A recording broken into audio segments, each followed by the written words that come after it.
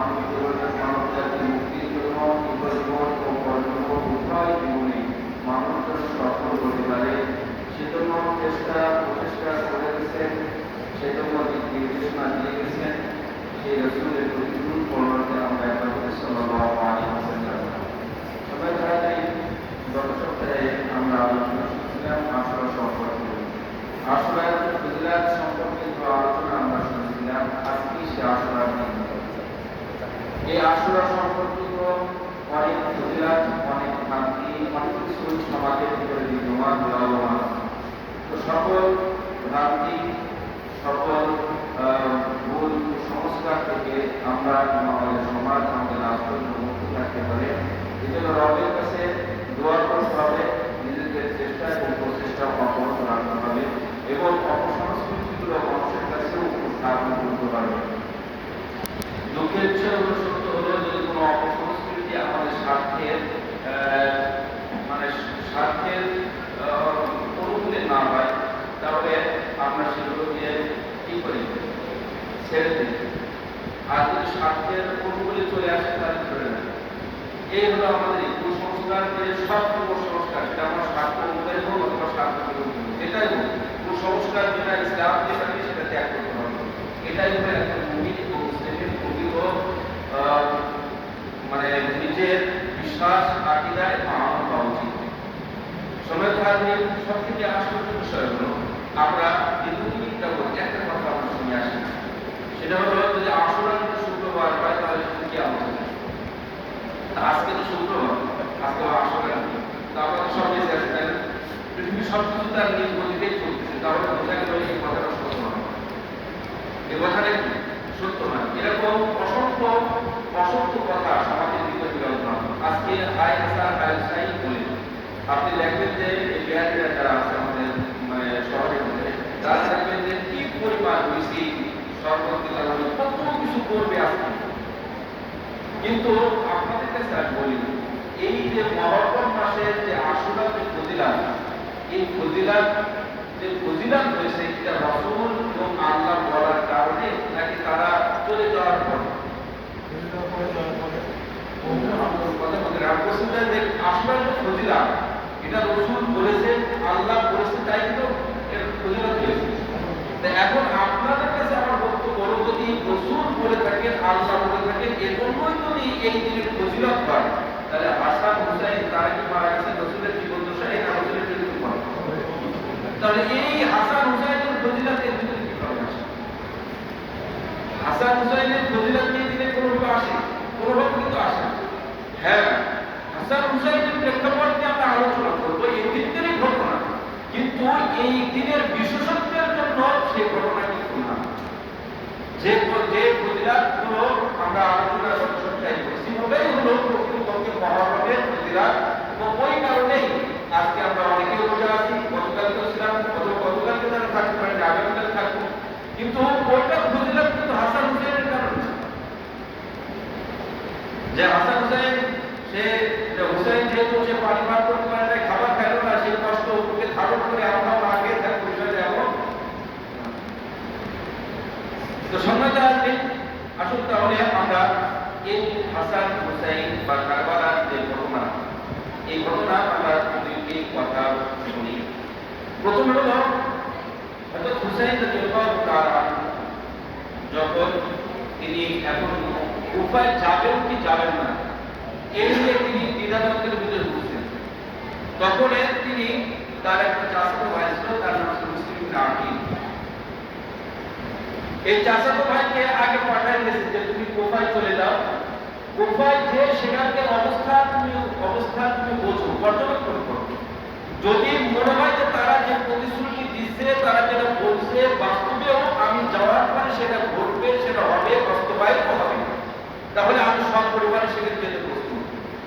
কিন্তু যদি তার ব্যতিক্রম, তুমি তারা যেটা বলতেছে তার ব্যতিক্রম কিছু তুমি সেখানে দেখো, তাহলে সেটা বললে আমরা সেখানে যাব। তো মুসলিম ইবনে আকিল যখন তিনি গেলেন কোফায়, যাওয়ার পরে মুসলিম ইবনে আকিল দেখলেন যে একটা খুব ভালো পরিবেশ, সুন্দর পরিবেশ, হুসাইনের কাছে বয়াত হওয়ার জন্য সব প্রস্তুত। এমনকি 12,000, কোনো কোনো বর্ণনা আছে সেখানকার অধিবাসী তারা এই মুসলিম আকিলের কাছে তারা বয়াত গ্রহণ করল। কি মর্মে? এই মর্মে যে যদি হুসাইন এখানে আসে তাহলে আমরা তাকে ইয়াজিদকে নয় বরং তাকে খলিফা হিসেবে আমরা নিয়ে নিব। কিন্তু মুসলিম আকিলের কাছে পর্যন্ত উনি যে সময় পর্যবেক্ষণ করে এর বয়াত গ্রহণ করার পরে তিনি তথ্য পাঠায়, বার্তা পাঠায় দিয়েছে হুসাইনের কাছে, যেখানকে পরিবেশ ভালো আপনি আসেন। কিন্তু বাস্তবতা হলো মুসলিমরা আকিল যখন তথ্য পাঠায় দিয়েছে তারপরেই শুরু হয়ে গেছে কাজ। যখন এই ইয়াজিদ জানতে পেরেছেন যে মুসলিমরা আকিল কুফায় এসে তিনি বয়াত গ্রহণ করা শুরু করেছেন, হুসাইনের পক্ষে জনমত তৈরি করার চেষ্টা করছেন, এর মধ্যে কি তাকে হত্যার জন্য বিভিন্ন ধরনের ষড়যন্ত্র করা হলো। যখন মুসলিমরা আকিল দেখলেন যে তাকে হয়তো আর এই জীবন যে ফিরতে দিবে না, তিনি যেই 12,000 মতান্তর 8,000 যে মানুষগুলো 18,000 যে মানুষগুলো তার হাতে বয়াত গ্রহণ করে তাদেরকে জানানো যে বিষয়টা এই পরিবেশে এসেছে এখন কি করি। এখন তো যুদ্ধ ছাড়া বাঁচার কোনো উপায় নেই, এখানে থাকতে হলে জীবন বাঁচাতে হলে আমাকে যুদ্ধ করতেই হবে। তো দেখা গেল তার কথায় সারা দিয়ে হাজারখানিক মানুষ জোগাড় হয়ে গেল। যে 18,000 বয়াত গ্রহণ করেছিল উচিত ছিল সে 18,000 সাথে আরো কিছু যোগ হয়ে বড় একটা জামাত তৈরি করা, কিন্তু মুসলিমে হাজারখানিক মানুষ জোগাড় হলো। জোগাড় হওয়ার পরে যখন তারা মানে যুদ্ধের প্রস্তুতি নিয়ে তারা খলিফা যে তখনকার যে খলিফা ছিল তার দিকে যখন রওনা করা শুরু করলো, সাথে সাথে ইয়াজিদ শুনতে পেরে নোমান ইবনে বাশীর ছিলেন যে খলিফা ছিল তাকে পরিবর্তন করে উবাইদুল্লাহ ইবনে জিয়াদকে ঘিরে রেখেছে। যে ওখানে নোমান ইবনে বশীর নরম মানুষ ও ধার্মিক মানুষ, ওকে যা বলা হবে সে মেনে নেবে। কাজেই একজন মানে দুর্ধর্ষ লোক দরকার এখানে শাসক হিসেবে উবাইদুল্লাহ ইবনে জিয়াদকে ঘিরে দিল। উবাইদুল্লাহ ইবনে জিয়াদ তো সুযোগ পেয়ে গেছে, সে ওয়াদ পাওয়ার পরে সে সাথে সাথে পদক্ষেপ বা সে ভূমিকা গ্রহণ করা শুরু করে দিয়েছে। তো যুদ্ধ যখন বেঁধে গেল, যুদ্ধ ভাবলে দেখা গেল যে মুসলিম ইবনে আকিল তার মানে সাথে যারা ছিল পিছন থেকে উনি যে সময় রওনা করেছেন পিছন থেকে হারাইতে হারাইতে সব পিছন মানে সময় দেখবেন মিছিল ছিল অনেক বড় মিছিল। সামনে যদি প্রতিকূল অবস্থা দেখা যায় পিছনে সব পালা থাকতে দেখতে যাচ্ছে সামনে কয়েকজন আছে একটা।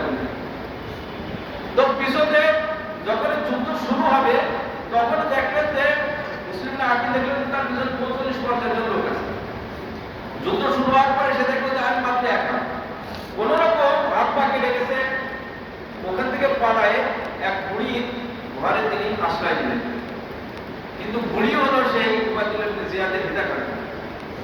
তার ছেলে তার অধীনে চাকরি করার সুবাদে তাকে ধরাই গিয়ে এবং তাকে কি শুধু মারাই হয় না, শুধু তাকে মারাই হয় না, মেরে ফেললে হত্যা করে ফেললে তো এই হতো, তার চেহারাটাকে বিকৃত করে দেওয়া হয়েছে।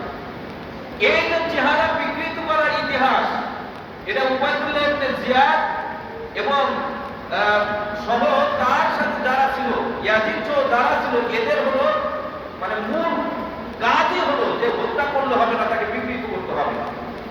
দেখেন আজকে আপনি ইসরায়েলের দিকে তাকায় দেখেন, এরা ফিলিস্তিনিদের যতগুলো ফিলিস্তিনিদেরকে ধরে তাদেরকে কিন্তু জবে করে দিতে পারে, গুলি করে মেরে ফেলতে পারে, তা কিন্তু করে না। তাদেরকে মানে হত্যা করার পরে যত প্রকার যা যা করা সেগুলো করে তারপরে একসময় হত্যা করে, কিন্তু তার আগে কঠিনতম কঠিন শাস্তি তাদেরকে ভোগ করায়। এরা কিন্তু কিছুই না, সাধারণ মুসলিম, তারা কিন্তু অস্ত্র ধারণ পাওয়া না। ঠিক তদ্রূপ আপনি আমাদের পাশের যে দেশ আছে ভারতে আপনি দেখেন, সেখানে মুসলিম যে সমস্ত নারী এবং পুরুষ তারা রাস্তায় বেরোচ্ছে, তাদেরকে গুলি করে হত্যা করে করলেই পারে যে দুনিয়া থেকে শেষ হয়ে যাবে, কিন্তু তা করে না। তাদেরকে ধর্ষণ করছে, কাটছে, ছিঁড়ছে, পুড়াচ্ছে, এরপরে একসময় কি তাদেরকে মেরে ফেলছে। এই যে এই সংস্কৃতি, মানুষদেরকে শুধু হত্যা করা হবে না, বরং হত্যার আগে তার চেহারাকে বিকৃত করতে হবে, আকৃতিকে বিকৃত করতে হবে, এটা এই উবাইদুল্লাহ ইবনে জিয়াদের থেকে শুরু হয়েছে। কিন্তু দুঃখের বিষয় হলো যে আমরা মুসলিমরাও এই ইস্যু থেকে বের হতে পারি না। আমরা সে উবাইদুল্লাহ ইবনে জিয়াদের সে রক্ত মনে হচ্ছে আমাদের ভিতরেও প্রবাহমান, আমরাও সেই সংস্কৃতি ধরে আমরাও পথ চলা তো যে কথা বলার জন্য এই কথা নিয়ে আসলাম। এরপরে যখন তিনি রওনা করলেন, এই কথা মুসলিম হাকিম তো এই বছর শেষ, কিন্তু এই কথা তো আর হুসাইন জানতে পারে না। হুসাইন রাদিয়াল্লাহু তাআলা তার পরিবারে 19 সদস্য সহ আরো অনেকগুলো 50 জন সদস্য তারা সহ রওনা করলেন কুফা থেকে। কুফার দিকে যখন রওনা করলেন, রওনা করেছেন কেন? কারণ রওনা করেছেন যে তারা পরিবেশ ভালো কথা শুনেছেন, আবার তারা তার পরিবেশ মেনেও নিতে চেয়েছেন। প্রতিমধ্যে তাদেরকে আবদ্ধ করে ফেলে, কারণ এখন তো উমর ইবনে বশীর আছে কিনা বলছিলেন, তো সে তাকে আটকায় ফেলল। আটকায় ফেলানোর ফলে সে 3টা প্রস্তাব দিল। এই প্রস্তাবের ভিতরে একটা প্রস্তাব ছিল এমন যে প্রতিজ্ঞা, যে তোমরা তো প্রতিজ্ঞা করেছিলে যে আমার হাতে তোমরা বয়াত গ্রহণ করবে, কাজেই তোমরা তো আমি তো তোমাদের বয়াত নেওয়ার জন্য এসেছি, কাজেই তোমরা যদি বয়াত হতে না চাও তাহলে আমাকে ছেড়ে দাও। তাহলে আমাকে কি করতে হবে? ছেড়ে দাও। তুমি ছেড়ে যাও, ছেড়ে যাও। তার মানে প্রতিজ্ঞা, কিছু মানুষ আছে এক সময় প্রতিজ্ঞা করে কিন্তু প্রতিজ্ঞা ঠিক রাখে। এজন্য রাসূল সাল্লাল্লাহু আলাইহি ওয়াসাল্লাম বলেছেন, যারা অঙ্গীকার করে অঙ্গীকার ঠিক রাখে না তারা কখনো মুমিন হতে পারে। আরো করে শুনবেন, তাহলে মুমিন হতে গেলে অঙ্গীকার ঠিক রাখতে হবে। অঙ্গীকার যদি আমি ঠিক না রাখি তাহলে বোঝা গেল আমি মুমিন হতে পারলাম না। ঠিক ততভাবে নির্বাচনের পূর্বে বহু অঙ্গীকার দিয়ে অনেক মানুষদেরকে কিন্তু আমরা বিভিন্ন দলে ভরে গেছি। কথা বলেন, এখন যখন আমরা ক্ষমতা পেয়ে গেছি এখন আমরা তাদের চিনি না। অঙ্গীকার কিসের অঙ্গীকার? এখন যারা আমাদেরকে ক্ষমতায় আনলো তাদেরকে মামলা দিয়েছে। তাদের কি করেছে? মামলা দিয়েছে। শুধু মামলা না, আশ্চর্যের বিষয়, শুধু যাকে মামলা দেওয়া হয়েছে তিনি কিন্তু নিরপেক্ষতা অবলম্বন করেছেন এবং তাদের পক্ষে মাঠ গ্রহণ করেছেন। তারপরেও কি ক্ষমতায় উঠার পরে তাকে আর ছেড়ে নেন। শুধু তাই না, যারা এখনো পর্যন্ত সেই পথে হাঁটতেছে, বলাবাজি করতেছে। সুরঞ্জিত সেন বলতো একটা হিন্দু ছিল, একে হত্যার চেষ্টা করেছিল কিছু মানুষ। তার ভিতরে ক্ষমতাসীনদের কিছু লোক আসামি ছিল, আবার অন্য দলের লোকের কিছু আসামি ছিল।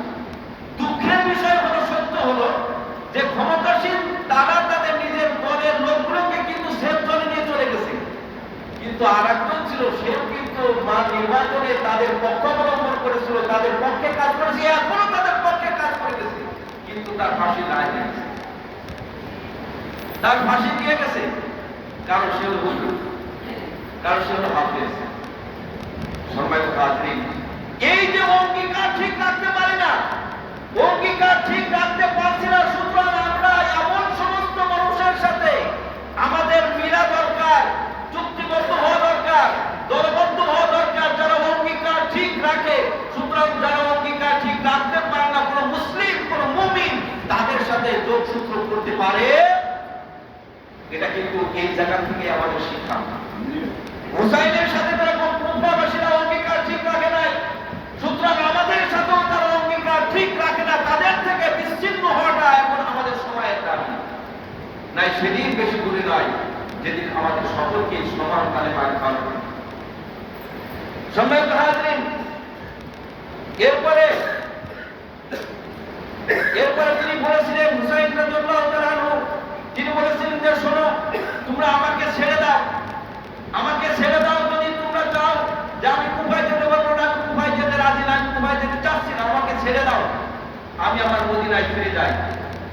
আমি আমার কি মদিনায় ফিরে যাই, কিন্তু তাকে কিন্তু সেই মদিনায় ফেরত যেতে দেওয়া হয় নাই। মদিনায় কি ফেরত যেতে দেওয়া হয় নাই?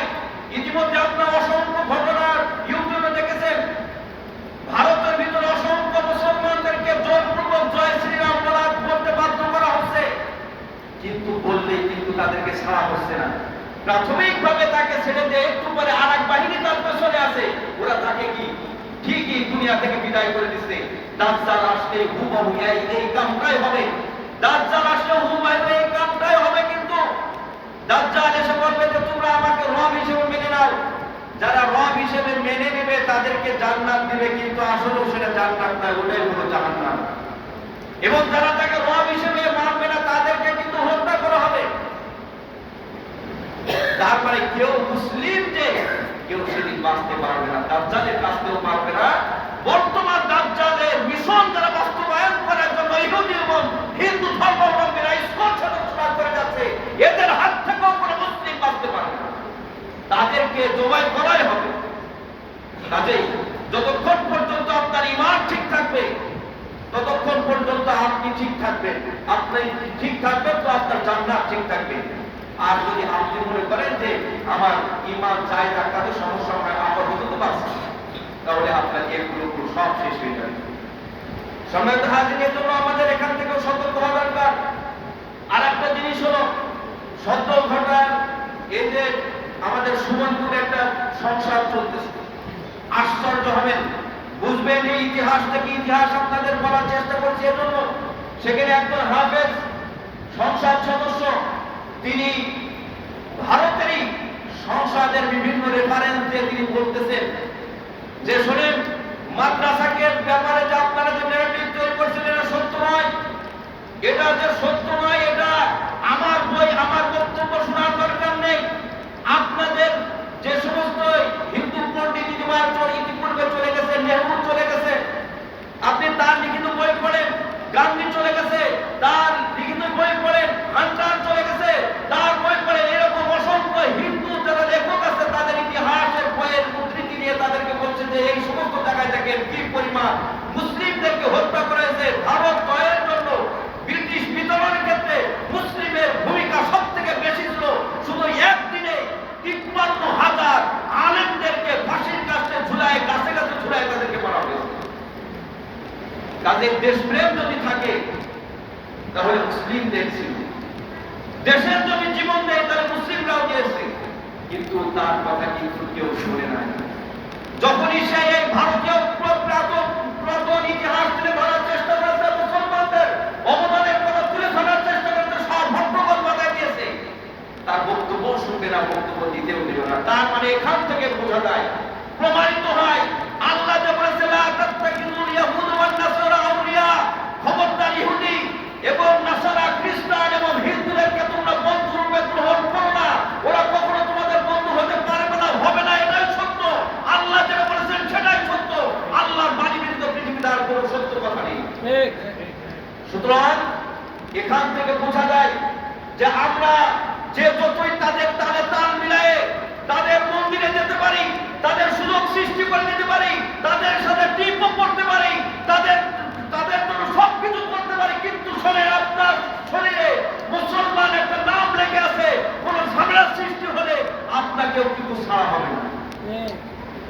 ভারতে যে সমস্ত যুবকদেরকে হত্যা করা হচ্ছে, সকলের প্যান্ট পরা আছে, শার্ট পরা আছে, গায়ে মুখের কোনো দাড়ি নেই, আল্লাহ যেন নামাজ কালাম পড়ে কি তাও জানা নেই, কিন্তু ওই সমস্ত যুবকদেরকে হত্যা করা আছে কারণ তারা মুসলিম ঘরে জন্মগ্রহণ করেছে।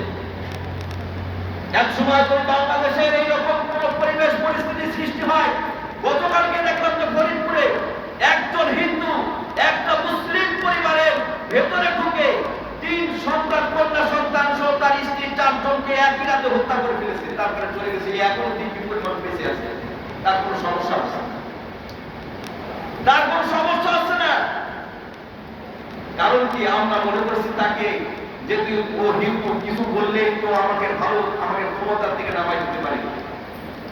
সম্মানিত হাজরিন, আপনার কাছে ক্ষমতা বড় নাকি আপনার কাছে ঈমান বড়? আপনার কাছে ক্ষমতা বড় না আপনার কাছে জান্নাত বড়? আপনার কাছে যদি ক্ষমতা বড় হয় জান্নাতের চেয়ে, আপনার কাছে যদি ক্ষমতা বড় হয় ঈমানের চেয়ে, তো আপনার সাথে কোনো কথা নাই। কিন্তু যদি আপনি মুসলিম পরিচয়, ঈমানদার পরিচয় থাকতে চান, তাহলে এদের ব্যাপারে আল্লাহর সিদ্ধান্ত আপনাকে মেনে নিতে হবে। কারণ সেদিন হুসাইন কিন্তু বারবার সে দ্ব্যর্থহীন কণ্ঠে বিভিন্ন কথা বলার চেষ্টা করেছিল। সেদিন যখন শাহ মাহমুদ আলীর স্ত্রী বলছিল যে আমরা পানি না খেয়ে মারা যেতে পারি, এতে আমার কষ্ট লাগবে না, এটা আমার দুগ্ধপোষ্য শিশু আমার বুকের ভিতরে সম্পদ করে মারা যাবে, এটা তো আমি মানতে পারি না। আপনি পিতা হিসেবে কিভাবে মানবেন? কাজে আপনি চান যে তাদেরকে বলে আপনার সন্তানের জন্য একটু হলেও পানি দিবে, সে কিন্তু দিয়েছে। হুসাইন গিয়েছিলেন, তিনি রাসূলের কথা বলেছেন, তার মা ফাতেমার কথা বলেছেন, আলীর কথা বলেছেন, সকলের কথা বলেছেন, এবং সে এটাও বলেছে যে শুনে নাও যে এই যে পানি পান করবে একটা মহৎ কাজ, এটা তো জানো। আর এই দুগ্ধ শিশু, আমি অপরাধী হতে পারি, অপরাধ করতে পারি, সে অপরাধের শাস্তি তোমরা আমাকে দাও, কিন্তু এই শিশু তো কোনো অপরাধ করে না, এখানে তাকে একটু পানি দাও। পানি দেওয়া হয়েছিল? পানি দেওয়া হয় নাই, পানি দেওয়া হয় নাই। সুতরাং ভাইরা আমার, এখান থেকে শিক্ষার বিষয় হলো, আপনি আমি মুসলিম ঘরে কোনো জন্মগ্রহণ করেছি, নামাজ পড়ি আর না পড়ি, কোরআন পড়তে জানি আর না জানি, ধর্মকর্ম করি আর না করি, হিন্দুরা যে সময় আপনাকে আমাকে অ্যাটাক করবে, ধরবে, আপনি যত দোহাই দেন না কেন, আপনার কোনো দোহাই তারা শুনবে না। সেদিন দোহাই শুনবে না। যে পার্লামেন্টের যে কথা বললাম, সে তো বলতেছে যে আপনাদের ধর্মের অনুসারীদের লেখা দিয়ে কিন্তু বই পড়ে দেখেন, কিন্তু তারা শুনতেছে না, শুনবেও না। এই জন্য সরকার হাজরিন, আমাদের উচিত হলো যে আমাদের এই সমস্ত জায়গা থেকে শিক্ষা গ্রহণ করা। আমাদের উচিত হলো এই সমস্ত যা আল্লাহ রাব্বুল আলামিন যে ধরনের জীবন যাপন করতে বলেছেন, রাসূল যেভাবে যে পথে চলতে বলেছেন, ওই ধরনের পথ আমাদেরকে অনুসরণ করা, অনুকরণ করা, সে অনুযায়ী চলা, এর ব্যতিক্রম চলা আমাদের কখনো সমাজে হবে। সম্মানিত হাজরিন, আরেকটা কথা, সেটা হলো এই ইতিহাসের ভিতরে মৌলিকভাবে কয়েকটা শিক্ষা আছে। এক নম্বর শিক্ষা হলো যে বিজাতীয়দের অনুকরণ করা যাবে না। রাসূল সাল্লাল্লাহু আলাইহি ওয়াসাল্লাম এই দিনের রোজা সম্পর্কে বলেছেন, খালিকুল ইয়াহুদ ওয়ান নাসারা, কারণ ইহুদি এবং খ্রিস্টানরা এই দিন রোজা রাখে। রাসূল বলেছেন যে তোমার ইবাদতটা যেন ইহুদি এবং খ্রিস্টানদের মতো না হয়। ভালো করে বুঝবেন, রাসূল বলেছেন তোমার ইবাদতটা যেন ইহুদি খ্রিস্টানদের মতো না। কাজেই যদি ইবাদতটা যদি ইহুদি খ্রিস্টানদের ভিতরের মতো হয়ে যাক, মিলে যাক, এটা যদি রাসূল মেনে নিতে না পারেন, তাহলে অন্য জিনিস রাসূল মেনে নিতে পারেন?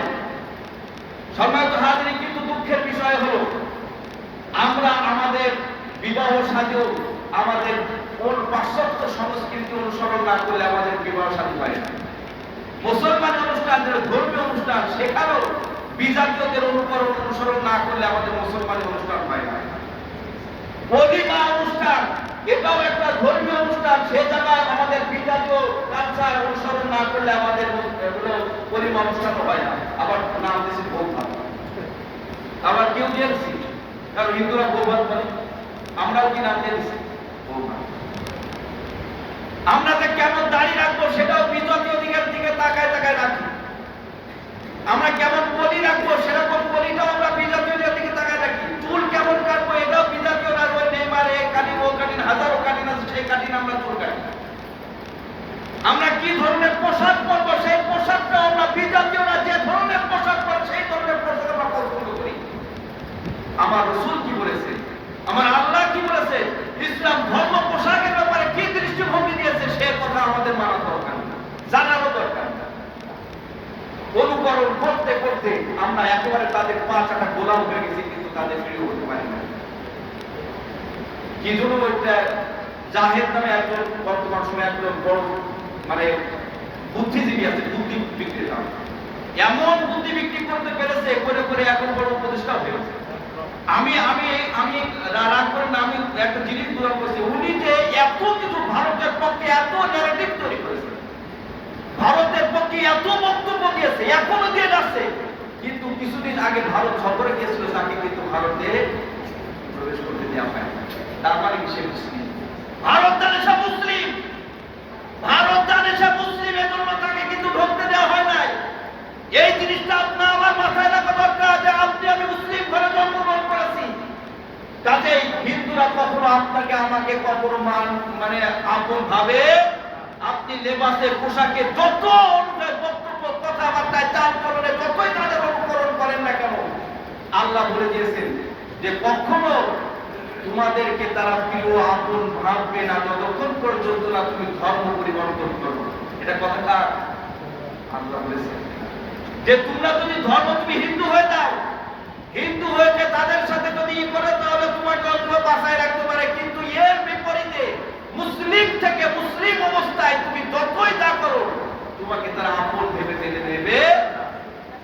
থেকে আপন হওয়ার জন্য দিন আপনি আমি জীবনে যা কিছু করছি কাজে পাশ্চাত্যবাদীদের অনুসরণ করার কোনো সুযোগ নাই।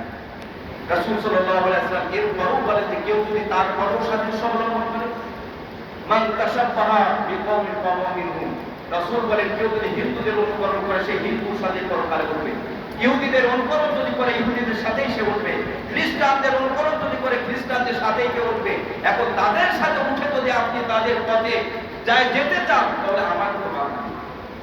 কিন্তু যদি আপনি রাসূল সাল্লাল্লাহু আলাইহি ওয়াসাল্লামের সঙ্গে জান্নাতে যেতে চান তাহলে অবশ্যই এই সমস্ত অভ্যাস সংস্কৃতি আমাদেরকে ত্যাগ করার দরকার আছে না? এই বিষয়টা খেয়াল রাখতে হবে। দ্বিতীয় হলো রাসূল সাল্লাল্লাহু আলাইহি ওয়াসাল্লাম বলেছেন কুরআনের প্রথম কুরআনের আয়াত বলি কুনতুম খায়রা উম্মাতিন উখরিজাত লিন-নাস তা'মুরুনা বিল মা'রুফ ওয়া তানহাউনা 'আনিল মুনকার। কুরআন বলতেছে তোমাদেরকে শ্রেষ্ঠ জাতি বানাইছে, শ্রেষ্ঠ ধর্ম তোমাদেরকে দিয়েছে, তোমাদের কাজ হলো সৎ কাজের আদেশ করা, অন্যায় কাজ থেকে মানুষকে বাধা প্রদান করা। সুতরাং ভালো কাজের আদেশ যদি আমি না করি তাহলে আমি কিন্তু রাসূলের উম্মত থাকতে পারবো, আর উম্মত না থাকলে জান্নাত দেওয়া যাবে? শুধু সৎ কাজের আদেশ নাকি, অন্যায় কাজ থেকে বাধা দিয়ে আরো শর্ত দিয়ে দিয়েছে। সুতরাং কোন মুসলমান যদি ইসলামের বিপরীত কোন কাজ কর্ম করে তাহলে এই ক্ষেত্রে তাদেরকে বাধা দেওয়ার প্রয়োজন আছে না নেই? এই যে আজকে হাই হুসেন হাই হুসেন হাই হুসাইন হাই হুসাইন করে তারা পিঠ ছাপড়াবে, পিঠ কাটবে, করবে, সর্বের বিতরণ করবে, রেলি করবে, তারপরে বিভিন্ন জায়গায় গান বাদ্য বাজনা যাত্রা পালা ও কত কিছু করবে। বলেন এখানে ইসলামে আছে? হ্যাঁ, ইসলামে যদি না থেকে থাকে তাহলে কোন মুসলিমকে এই সমস্ত কর্মকাণ্ডের ভিতরে অংশগ্রহণ করতে পারে না। বরঞ্চ এই সমস্ত কর্মকাণ্ড থেকে যারা বাধা দিতে পারবে, বাধা দেবে, তারাই মুসলিম থাকবে। আর যদি বাধা না দেয় তাহলে তাদের ইসলামের খাতা থেকে নাম কেটে যাবে। না আমার কথা না, রাসূল একই কথা বলেছেন, লাইসা মিন উম্মতি, আমার উম্মতের অন্তর্ভুক্ত না ওই সমস্ত ব্যক্তি লাম ইয়ারহাম সগীরানা, যারা ছোটদের স্নেহ করে না, ওয়ালাম ইয়াকির কাবীরানা, বড়দেরকে সম্মান করে না, ওয়ালাম ইয়ামুর বিল মারুফ ওয়া ইয়ানহা আনিল মুনকার, অসৎ কাজের আদেশও করে না, অসৎ কাজ থেকে বাধাও দেয় না। অসৎ কাজ করে যাচ্ছে, দেদারছে যুবকরা, যুব সমাজ ধ্বংস হয়ে যাচ্ছে, কিন্তু তাদেরকে বাধা দেয় না।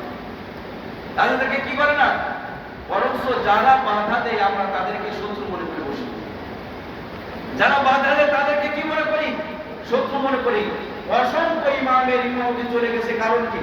কারণ তার মুসল্লিরা কেউ সুদখোর সুদ নিয়ে আলোচনা করেছে, তার মুসল্লিরা কেউ চাঁদাবাজ নিয়ে আলোচনা করেছে, তার মুসল্লিরা কেউ ঘুষখোর ঘুষ নিয়ে আলোচনা করেছে।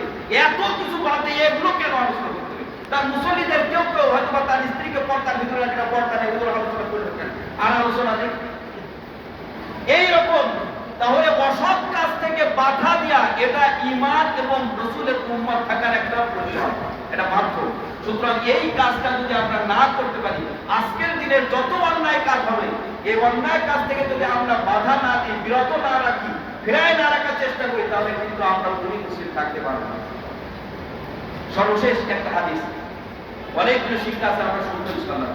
এই হাদিসটা বলি, আজকের দিন সম্পর্কে হাদিসটা রাসূল সাল্লাল্লাহু আলাইহি ওয়াসাল্লাম, যদিও হাদিসের সনদ এবং সনদ নিয়ে কিলোকার আছে, মানে বিরূপ আছে, কেউ এটাকে গোয়েন বলেছেন, তবে তারপরে এই দিন সম্পর্কে হাদিসটা আছে।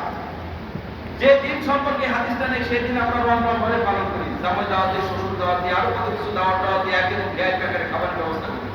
কিন্তু রাসূলের হাদিস ছিল মান ওয়াসা আলা ইয়াদি ইয়াউম আশুরা ওয়াসা আল্লাহু আলা সাইরি সালাতি। রাসূল সাল্লাল্লাহু আলাইহি ওয়াসাল্লাম বলেছেন, রাসূলের হাদিস হলো, যে ব্যক্তি আশুরার দিন তার পরিবারের উপরে নিজের সামর্থ্য অনুযায়ী, সাধ্য অনুযায়ী ভালো খাবার পোশাক আশাকের ব্যবস্থা যদি করে তাহলে আল্লাহ রাব্বুল আলামিন পুরো বছরটা সচ্ছলতার সাথে পরিচালিত করবে। তাহলে এই দিন সম্পর্কে শয়বরাত সম্পর্কে কথা আছে, কিন্তু শয়বরাতে দেখবেন যে আমরা অনেক রকমের খাবার তৈরি করি।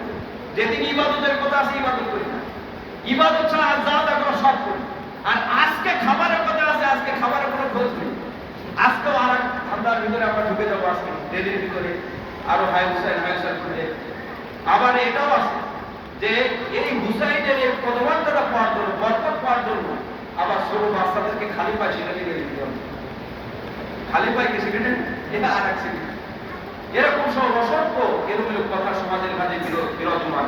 সম্মানিত হাজরিন, আপনাদের কাছে অনুরোধ করবো, আশুরা সম্পর্কে যত অপসংস্কৃতি, ধর্ম সম্পর্কে যত এলোমেলো কথা সমাজের ভিতরে ছড়ানো ছিটানো আছে, এগুলি থেকে আমরা নিজেরা বিরত থাকবো। নিজেদের পরিবার, নিজের সমাজ, নিজের মহল্লার লোকদেরকে এই সমস্ত কাজকর্ম থেকে বিরত রাখবো এবং ইসলাম কুরআন যেটা করতে বলেছে আমরা সে অনুযায়ী আমাদের জীবন পরিচালনা করবো। তাহলে আমরা এগুলো হয়তো অনুযায়ী আমরা সফল হতে পারবো। আল্লাহ রাব্বুল আলামিন আমাদের প্রত্যেককে সঠিকভাবে দিন পালন করা, সঠিকভাবে জীবন যাপন করা, ইসলাম অনুযায়ী জীবন যাপন করা আমাদের সহজ করে দিন। সকলের আমিন।